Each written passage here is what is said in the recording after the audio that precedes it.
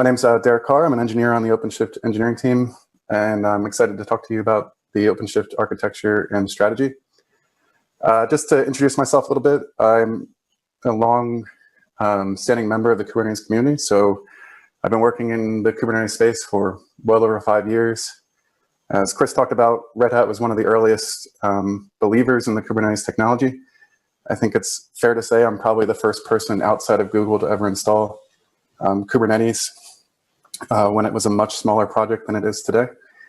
And so I've had the luxury of helping both grow the community and the ecosystem and our OpenShift product to support enterprise customer needs. Today, I'm presently privileged enough to serve as a Kubernetes steering committee member, as well as co-chair 2 of the special interest groups upstream on architecture and Node. So I'm excited to have a chance to speak to the panel today. Feel free to pause me and ask a question, and I'll do my best to answer. But let's dive right in. So as Chris talked about, when we think about OpenShift as a container platform, it really comes in multiple layers. So we take the upstream innovation that's happening in the Kubernetes community, marry it with what we view as our best-in-breed Linux distribution in RHEL, and augment it with a set of core cluster services that are needed to facilitate a viable Kubernetes environment in production. So that might be your networking choice, your monitoring stack, your ingress choice. And that forms the basis of what we call our OpenShift Kubernetes engine. And then on top of that, there's a lot of ecosystem projects that are flourishing around Kubernetes that people are probably familiar with, which I'll touch on briefly, that augment the platform with additional platform capabilities, application development capabilities, or higher order developer services. So while many folks can be productive with Kubernetes at the lowest level primitives, we recognize there's a broad ecosystem of developers who like to engage at higher levels of infrastructure above the stack.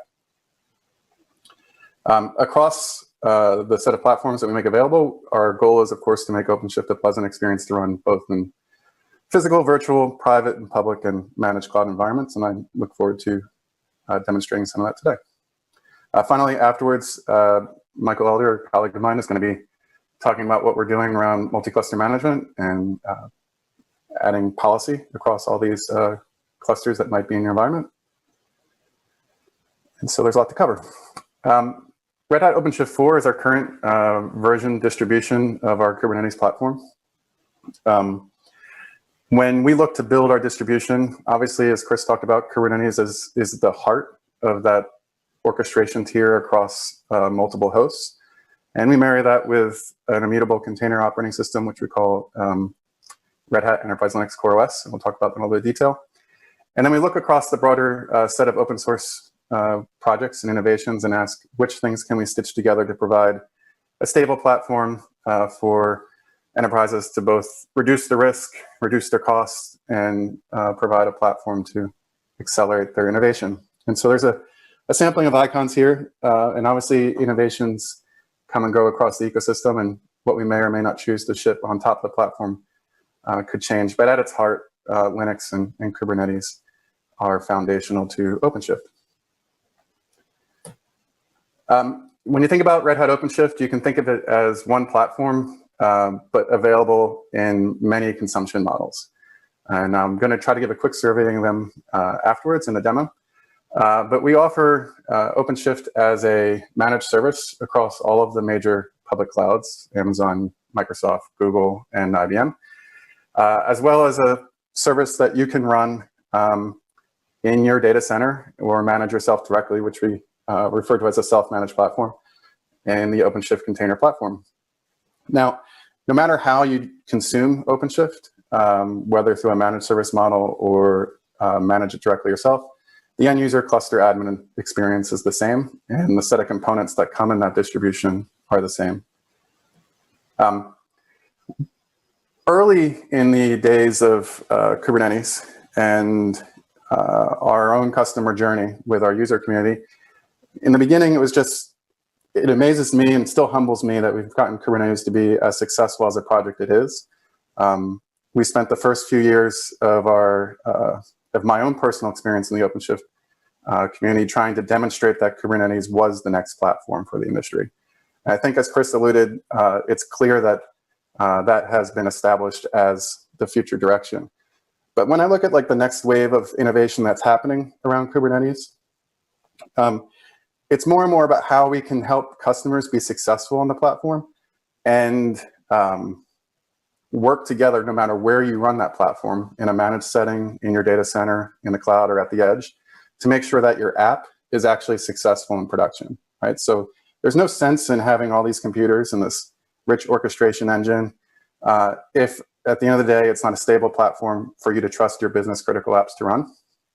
And so over the last few years, Red Hat has made a significant investment in some backend services, which I'll show, that allow our clusters to have a harmonious relationship back to Red Hat to provide feedback loops, image content distribution, and a very rich policy update engine. And all of this is aggregated together in what we call the OpenShift Cluster Manager, which is a SaaS front end that allows you to install, register, and manage a set of connected OpenShift clusters. So with that, I think we've had a lot of talking. I'd like to switch to a demo and start showing some of Red Hat OpenShift everywhere. So what you see right here is the entryway to what we call cloud.redhat.com. And we're going to dive into a couple of the services to give you an idea of this backend service control plane that I've talked about and how it intersects with the end user cluster. So right here in the middle is our Red Hat OpenShift Cluster Manager. This is a service that we introduced over a year ago when we first rolled out our version 4 distribution. And it continues, like all backend services, to get updated and enhanced monthly. So I'll drill in here into the cluster manager, and you can see I have my Red Hat account here is associating a number of clusters to this account. And so I have a view of my clusters. Yep. I didn't understand. So cloud.redhat.com, is it a SaaS portal for management of your products, or is it, what is it? So cloud.redhat.com is a SaaS portal that is providing a connected experience back to Red Hat to amplify and improve your management experience across Red Hat products, including Enterprise Linux, OpenShift. It's a front-end portal that you'll see many new capabilities get added over time. What I wanted to zoom in here right now is talk about on the OpenShift Cluster Manager itself, how if you choose to connect your clusters back to Red Hat, or you consume OpenShift through a managed service from Red Hat, we have an integrated experience here that you can view.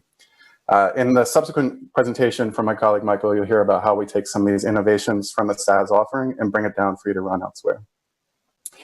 So what you're seeing right here is a list of OpenShift clusters that I have connected back to Red Hat. Some of these clusters are running in a managed offering, which we call OpenShift Dedicated. And so you'll see the type here is OSD. And some of these clusters I've spun up just myself and are running directly in various parts of Amazon. Each of those clusters, I can see when they were created, the version of the distribution they were running, and the various clouds that they operate on, as well as get a general overview of the health of that cluster.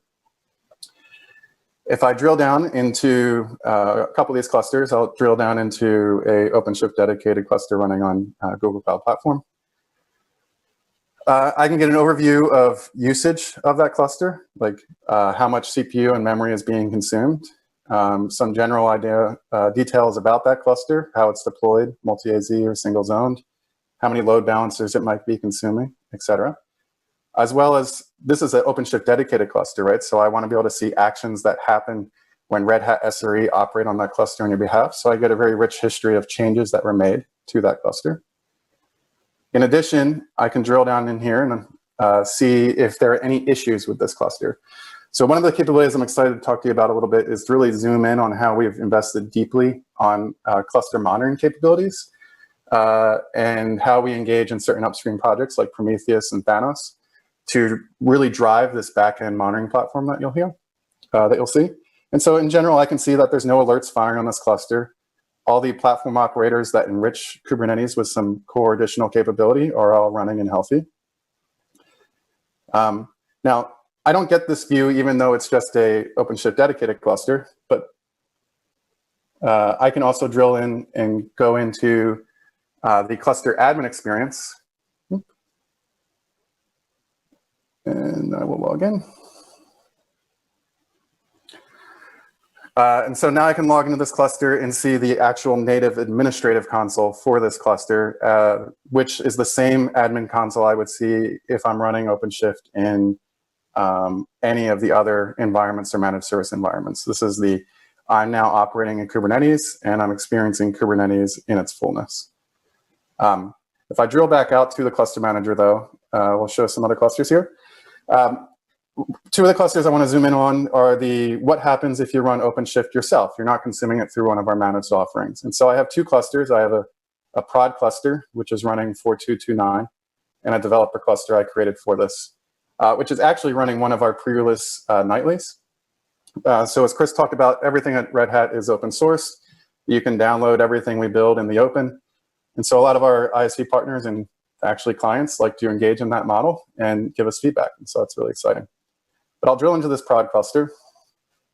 And just like the cluster I could see that Red Hat was operating on my behalf, this cluster, whether it's running on bare metal in virtualization or in another cloud that Red Hat's not directly engaging with, it can send back data to Red Hat to tell me the health of that cluster in this single view. And so just like in the dedicated cluster I showed you earlier, you can see consumption, details about the cluster, as well as drive into monitoring and see if alerts are firing. The idea here is we want to make it very visible to admins how to be successful on the platform. So one of the alerts that's firing here is interesting. It's telling me, Alert Manager is not actually configured to send alerts to your operations team when that cluster is down, right? So that's important. If I look at the dedicated cluster it's running, Red Hat SRE are being configured to know when that cluster is down. If you're running the cluster yourself, you want to be able to get notified when there's an environment, whether sending alerts to Slack or email or however your paging system works. And so this is telling me as a user, I might want to drill in and fix something here. And so I can one click from that experience into this cluster, which is my prod environment, get detail about Alert Manager, and say, I really should configure that for sending alerts to my operations team. And to do that, it's as simple as going into our administration panel, choosing some cluster settings, and then ultimately configuring Alert Manager in the global configuration for the cluster. But what I want to do when I drill into this cluster settings is show some other information that you can see. So I can see a history of this cluster. I installed this on the 27th in preparation, and because all good demos upgrade in production. One of the things that I hope to drill in deeply today is saying how this relationship between Red Hat and our users helps us improve not just OpenShift, but all the community projects to find trends and anomalies to ultimately improve the open source, improve our customer success, and make upgrades safe. And so one of the capabilities you have in OpenShift now is when you choose to upgrade your cluster, I can subscribe to a channel, and that measures my desired risk and change cadence. So in this case, my cluster is subscribed to the 4.2 stable channel, and I'm currently running 4.2.2.9. We aspire to send updates out every week on the latest security fixes and patches for all the various upstream components that we ship, and make that available to our users so they can be successful and secure in production, even when they operate the platform themselves. So what I want to do here is change this cluster to upgrade to our 4.3 environment. And I do that by changing the channel to 4.3. And I'm very quickly notified, there's an update available. Back at Red Hat, Red Hat can see that you're running 4.2.2.9 if you're connected, and it's going to suggest a new upgrade target for me to go to. And this upgrade target suggestion is informed by the experience of the telemetry data we can collect in aggregate, both from our telemetry and our dedicated services, as well as what our customers choose to provide to us via remote health monitoring.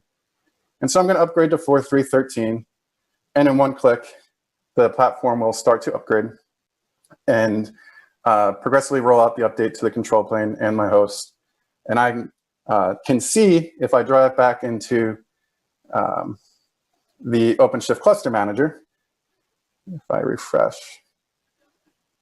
eventually during the course of this demo, might be lagging 30 seconds to 2 minutes, you'll see that this prod cluster will notify me in this central dashboard that it's currently updating between 4.2.2.9 and 4.3.13. Derek, excuse me, I have a couple of questions here. Yep. One is, okay, so you can go down, drill down, and eventually set up a policy to upgrade the cluster, and it does everything automatically. What happens if something goes wrong and I need to roll back? I mean, some sort of incompatibility somewhere or whatever, and it doesn't make any check before doing this. So how does it know that my application will run perfectly on the new version, for example? Yes, that's an excellent question. And let me try to answer it in two parts. So one, when you upgrade Kubernetes from one minor level to a new minor level, like that's 113 or 114 or 114, 115, traditionally Kubernetes does not strongly recommend rollback to the previous minor level. And so what we might inform our customers to do is you could often subscribe a new cluster to a fast 4.3, 4.4 distribution, do some smoke testing, make sure things are working in production for your environment.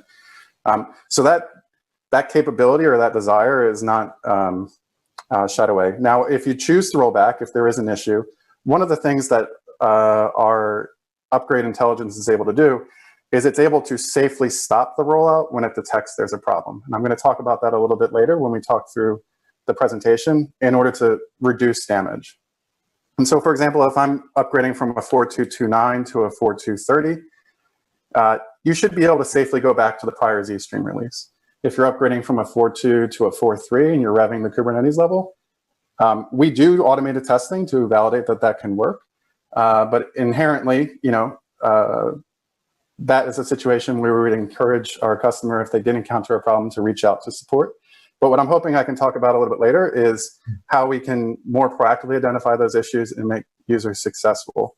Okay. The one thing I do want to call out a little bit, though, is when you upgrade from 4.2 to 4.3, you're upgrading the entire platform. So you're upgrading your logging stack, your monitoring stack, your operating system, the Kubernetes system, everything. And you're upgrading it as an atomic unit. So back at Red Hat, when we build this distribution, we can certify and know, okay, you are running 4.3.13. This is the version of RHEL and the kubelet and the container runtime that are all working together. So my past experience in earlier iterations of OpenShift, we often let our customers update the operating system at a different cadence than the rest of the surrounding platform, or update the container runtime at a different cadence than the rest of the platform. As an engineer working on the product and trying to make customers successful, that's a nightmare. Trying to gather information on knowing that, oh, you're running this version of the kernel with this version of the container runtime, and now I see a kubelet's lifecycle action is causing a leak. That's a really, really hard thing to diagnose. I totally miss that you consider the entire stack as an atomic unit and not just Kubernetes. Right, we're testing, it's the operating system all the way. But the other thing is, so can I manage all these clusters as a federation of clusters, so apply operations in parallel to many of them? I mean, if I have 100 clusters, so how can I manage my fleet of clusters? Yeah, so what I'm showing you right here is what you can do on a per cluster basis. This is obviously, when we operate clusters at scale, we have technology capability to do that across the fleet. I'm going to let Michael Utter, who's going to give a presentation afterwards, show some of that or discuss some of that. And I'll touch on it when we get to some of the actual technical documents on how you can drive configuration change across a set of clusters. Hey, Derek, quick question for you. Where all can you create clusters right now?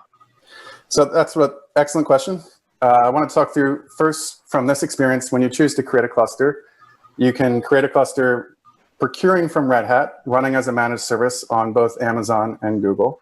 And if I drill in here, I get a nice experience asking how I want to be billed and my overall experience of picking the fleet of machines I want to run, how much storage I want, hit create cluster, and a few minutes later I get a cluster.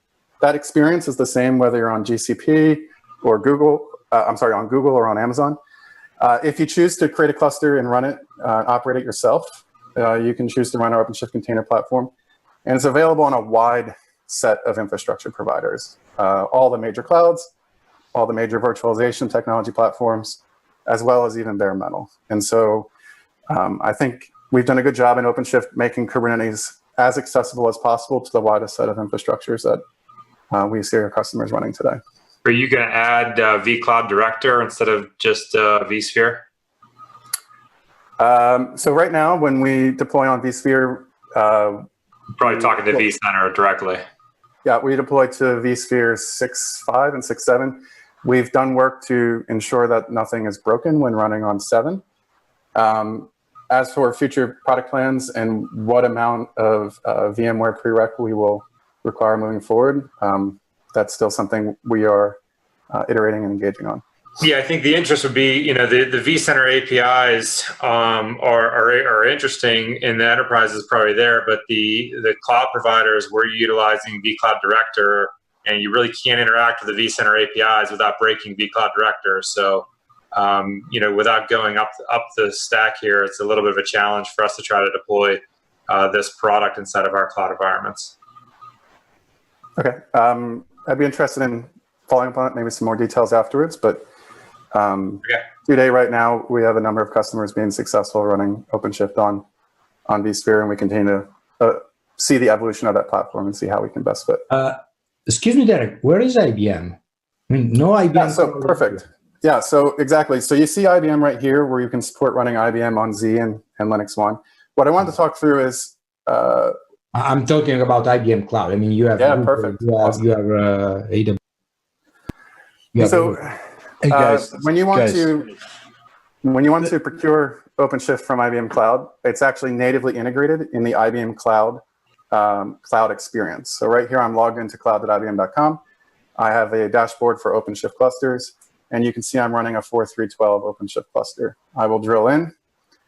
I can very quickly get information about this cluster and drop into the web console and that same cluster administration experience. Now, when you procure OpenShift through the IBM Cloud, you're getting that procurement through native billing from IBM Cloud. This is one of the nice things we have at Red Hat with our deep relationships with various managed cloud providers. And so we first explored that relationship prior to the acquisition, obviously with Microsoft. Subsequent to being included in the broader IBM family here, we've been working together to make sure that OpenShift has an awesome experience on the IBM Cloud platform. And so right here, you can see that OpenShift's running just fine today on 4312 with IBM Cloud. hey guys, Derek. Yep. Let me ask one question real quick. So if we don't need to talk about it now, that's fine. And if my question is ridiculous, that's fine as well. But what I want to be clear on from my perspective is when we're talking about this OpenShift cluster and we're talking about Kubernetes here, and we're talking about all this other, doing the management and all this stuff, are we talking about the management plane of Kubernetes that let's say the developers would not be using this Kubernetes cluster to do application deployments? This is just the management plane, right? Yeah, so I'm hoping I can very quickly just, I want to address your question and I'll address it directly. What I'm trying to throw here is that while OpenShift is one platform, you can procure it in many modalities. Each modality might have its unique management plane to procure it. And so I'll talk in a little bit detail about how the OpenShift dedicated management plane works and how we're going to make that available outside of Red Hat. But what I hope to highlight here is when you saw I was getting a cluster through the IBM portal, or in this case, this is OpenShift natively integrated with Azure. And so you might have seen an announcement yesterday that OpenShift 4.3 is now available on Azure. In this case, I can procure an OpenShift with native integration with Azure billing services that's jointly managed and jointly engineered between Red Hat and Microsoft, and get into that cluster and as a developer be successful working on that cluster. So no matter how you procure that platform, no matter which service plane you use to procure OpenShift, the end user experience who's actually touching and operating the cluster is the same. And the last point I'll touch on is very quickly, from a native CLI experience, if you are procuring an OpenShift from Azure, we have deep integration with the Azure CLI. So this is a ARO command that is a plugin to the Azure CLI, and it's telling me, oh, you've installed OpenShift on Azure, and this is how you can access it. And in the IBM Cloud experience, I have a similar, hope if I could type. I have a similar command to find out the list of clusters I procured. The service control plane that users use to provision clusters and deprovision clusters is an important part of OpenShift, and that's an area that we continue to invest in, we'll make available. But what I hope just want to highlight here, and then I'll talk to your next question on what we're doing to make that plane available and drill into more clusters in detail, is OpenShift is generally consumable everywhere. And if you choose to get it from Red Hat or choose to work with it from a managed provider like Azure or an IBM, there you get some benefits with native integrated billing. But the end of the experience, that distribution of what is in that cluster and how it works is the same. I have a question for you, Derek. Yep. So what you showed was all these clusters being managed.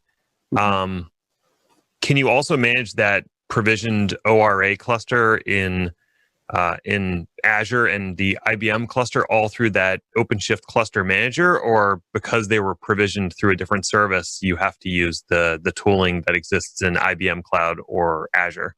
Yeah, so if you choose to deploy a cluster on Azure yourself, not through the managed service, right, which is a perfectly fine thing to do, there it's your choice to connect that cluster back to cloud.redhat.com, and you'll see it integrated in that OpenShift cluster manager. If you procure that cluster through the managed service in RO, some of the things as I'll talk about when we want to do compliance and certification, not all of those clusters will connect back to cloud.redhat.com today. But we can talk about that in a little detail afterwards, but in general, if you wanted to run a cluster on Azure, you wanted to run a cluster on IBM, you wanted to run a cluster on AWS, and you wanted to manage it yourself, it's always your choice to connect it back to Red Hat or not.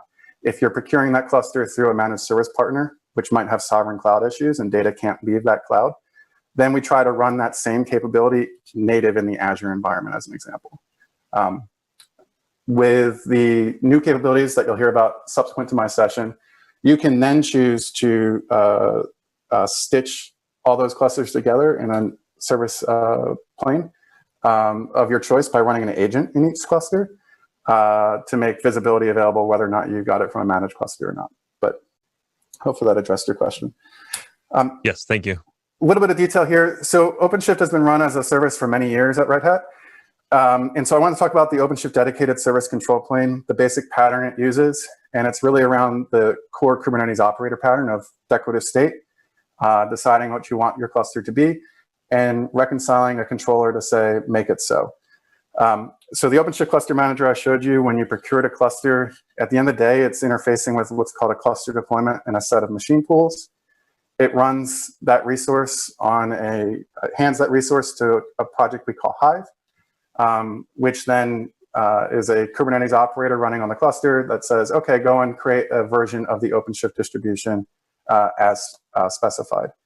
Then if you want to do bulk actions across a set of those clusters, the Hive project includes a capability called sync sets, which basically is a bag of YAML delivery protocol that you can say, give this configuration to these clusters, either by a labeled selector or that type of thing. And at the end, that configuration is read by the local cluster operators and drives the change to that cluster. So I think, Enrico, you asked an earlier question on, can you do management across many clusters? Yes, you definitely can, and that's supported in the API model that we expose. What I'm excited to talk about here is this Hive project that is the backbone of the OpenShift service control plane for our dedicated offering and continues to get enriched every day, is going to be made available for our users to run themselves in the Red Hat Advanced Kubernetes Management solution you'll hear about from Michael afterwards. Now, when you run a managed service with a cloud partner like Azure and you deeply integrate with that cloud partner, that same pattern of a declarative state and a reconciling of that state is applied everywhere. But when we have a chance to work with a partner like Azure, we can work very deeply in the back end of that cloud so that we can ensure we get all the actual security compliance standards applied to RO clusters as you would for any other service out of Azure. And so if you wanted a HIPAA or PCI or DSS or any of these appropriate standards, you can procure that for a service control plane that we host on Azure, which is also open source. But at the end of the day, just to reiterate that point, as a user who you get your cluster and you're wanting to actually work with your app on that cluster, you have a common experience afterwards. So I want to talk a little bit about why OpenShift. As I said, I've been involved in the Kubernetes project and community for many, many, many years. And Kubernetes has a defined beginning and endpoint, right?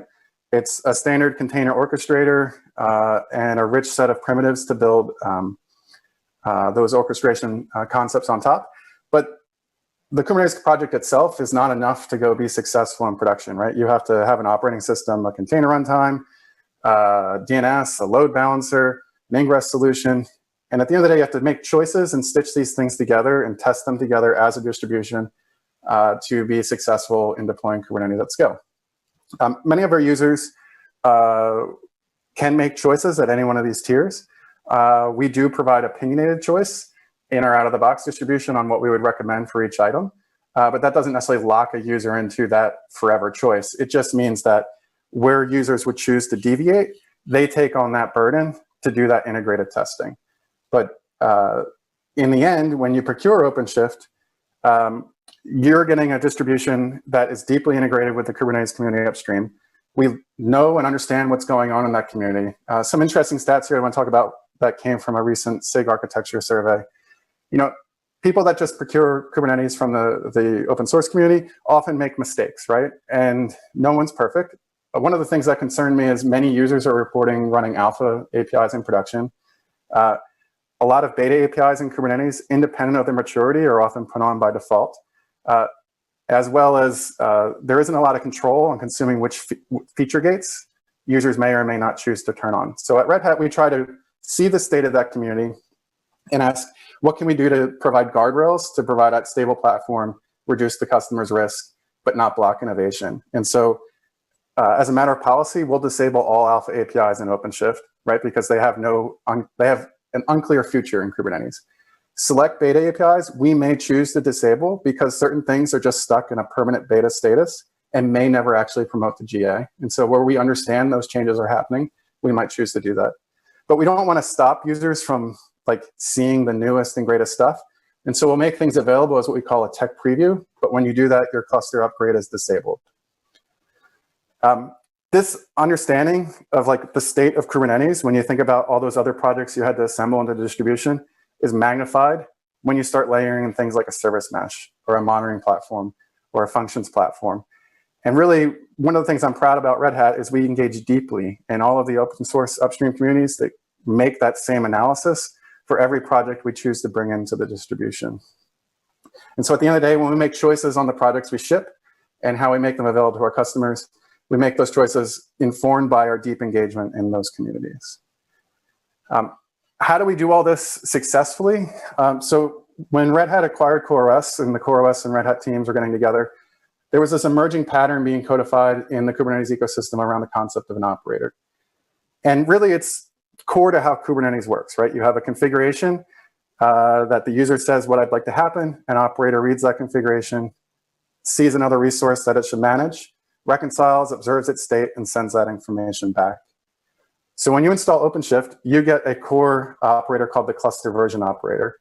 It installs a set of secondary platform operators that basically are carrying and tending and feeding and nurturing individual pillars within a Kubernetes distribution to make sure that they're successful, as well as providing a configuration surface for them. So when you want to interact with an ingress, or you want to interact with monitoring, or you want to enrich the platform by adding a service mesh, we provide a very clear prescriptive configuration service for doing that. When you drill it into that cluster and you want to see the actual health and state of all those operators, we provide a single dashboard that lets you see their status, what version they're running, and how things are going. When we were building on this pattern, we saw an emerging trend happening in Kubernetes where more and more innovation was happening outside of the core project. So things like DNS solutions, networking solutions, CSI solutions, ingress, a lot of these innovations are happening in and around Kubernetes. And in order to be successful, you had to bring these into the platform and enrich them. Our platform operator pattern is that pattern that we follow both at Red Hat, as well as we engage our ISV community to make those innovations accessible to OpenShift. So if, for example, we bring on a new CSI driver support, you'll see an operator that knows how to manage and lifecycle that CSI driver. One of the things I want to zoom in a little bit here was our cluster monitoring stack. To me, this is super critical. Like, we build these platforms for apps to be successful. Apps are only successful if you know they're successful by watching them.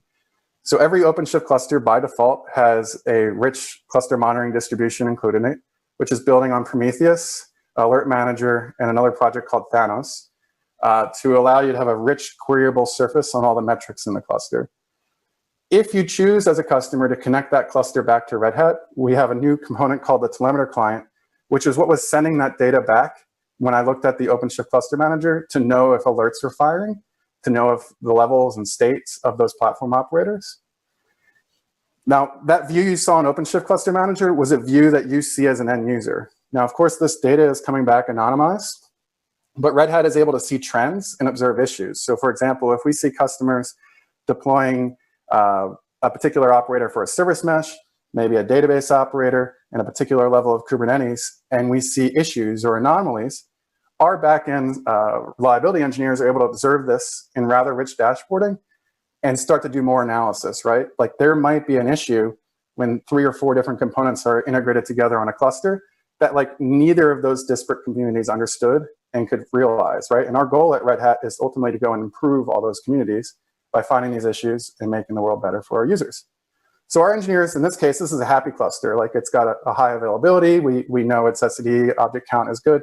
Sometimes you get unhappy clusters, right? And so what do we do then? Oftentimes you see a weird thing and you'll be like, well, what is going on? What has been configured on that cluster? How can I do a deeper analysis? And so one of the reasons we've pivoted so hard towards this operator pattern is it provides a standard mechanism for all these higher order services to expose their configuration for us to understand how to do higher order insights around. So the other component we pair our monitoring solution with is this insights operator component. And it can go and send the anonymized configuration data to supplement that telemetry data. So when we see trends where errors might be occurring, we can proactively often help our customers address the problem before they ever knew they had a problem that affected their production app. Now, in the case where, Enrico, you talked about a customer might be unsuccessful with an upgrade, what do you do? Oftentimes, in the last year, Red Hat has been better at identifying that that customer had a problem before the customer identified that they had a problem. And I'm super proud of our teams for being able to do that.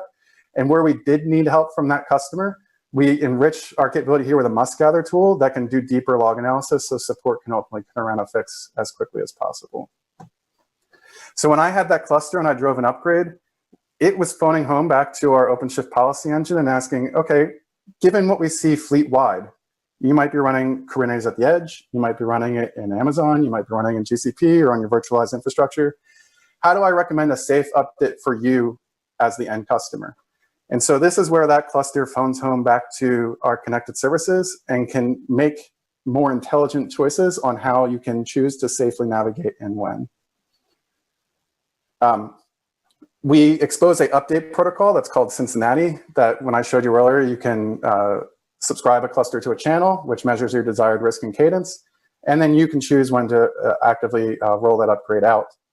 And at the end of the day, the idea here is that by taking this information, we can work closely together with our customers and be successful with their apps in production. We hope to make that one-click cluster-wide update experience as safe as possible. Talked about it earlier. I know I'm running late on time here. When you update the cluster, you are also updating the operating system. RHEL Core OS is an immutable host that's versioned with OpenShift. It's derived from RHEL content. So when you run RHEL Core OS, you're running RHEL 8. It's just immutable, and it has the kubelet and the container runtime for that level of OpenShift versioned within it. And then when you update that operating system, it actually knows how to update itself in line with that version of OpenShift. So I know if there's a problem between a relationship of C groups and the kubelet, that you can roll out a patch that will update the whole platform as an atomic unit. What's really nice about this update system is it works great no matter where you run it. You might be running in the cloud or on some virtualization infrastructure, and its ability to update in place is nice. But you might be running on bare metal, right? You might be running in an edge environment where you can't just throw away a computer and bring back a new one.